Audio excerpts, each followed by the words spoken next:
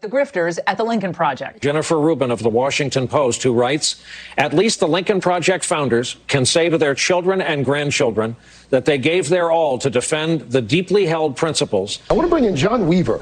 John's the co-founder of the Lincoln Project. John Weaver, the media's go-to guy for calling out conservatives over their political and moral deviance.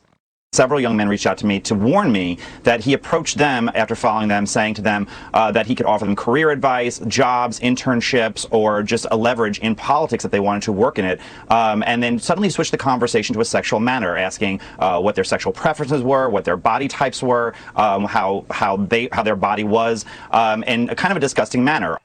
The true conservative is now accused of making sexual overtures to 21 young men, including a 14-year-old.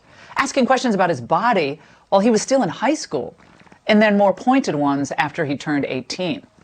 MSNBC and CNN, they didn't have the stones or the journalistic integrity to cover this shocking allegation on air. And this was despite the fact that Lincoln Project members appeared at least 21 times on those networks. Now, as for the money grubbers at the Lincoln Project itself, they didn't forthrightly address the predatory behavior of its co-founder until the Times coverage made it impossible for them to avoid.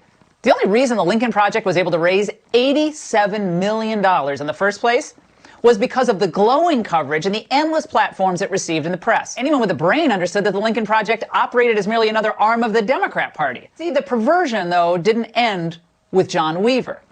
The entire marketing used to raise money for the Lincoln Project consisted of false advertising, a fraudulent framework. Every corporation that aided and abetted the Lincoln Project's activities and helped fund its fat salaries is complicit. How much did Weaver himself make while he was trolling young men? Appalling. The Lincoln Project members are lying when they said they just learned recently of Weaver's depravity. Tell us. I was working with another writer on this project for months, trying to get young men to go on the record. During that time frame, I got calls from several friends very plugged into the Washington, D.C.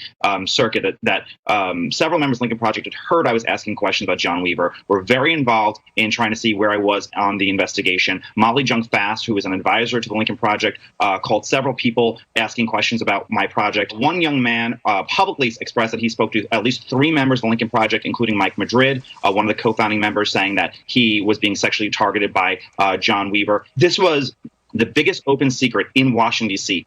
Everyone knew. The Lincoln Project was used for 2 purposes: a grift to make money and as a predatory or a grooming organization for John Weaver to get young men into bed. What you've seen in the media is nothing compared to what the messages I have are. And I'm not out to embarrass somebody, but they are descriptive. They are disgusting. Bill Cosby would blush at the actions of John Weaver. It was the biggest open secret in Washington, D.C. Liberals I spoke to about the project I was working on knew about John Weaver. The Lincoln Project raised the lion's share of its money from deep-pocketed liberals, right? Billionaire donors like Walmart heiress Christy Walton, Stephen Mandel, big hedge funder, Big Oil, Gordon Getty, David Geffen, Sequoia Partner Capital, Michael Moritz, Jonathan Nelson from Providence Equity Partners. These are big money people. The media ran cover for John Weaver and for the Lincoln Project. Many members of the Lincoln Project knew. It was blatant. It was open. He was going after their own interns. He said it was consensual. How is messaging a 14-year-old when you're 57 consensual? Yeah, well, it's obviously not.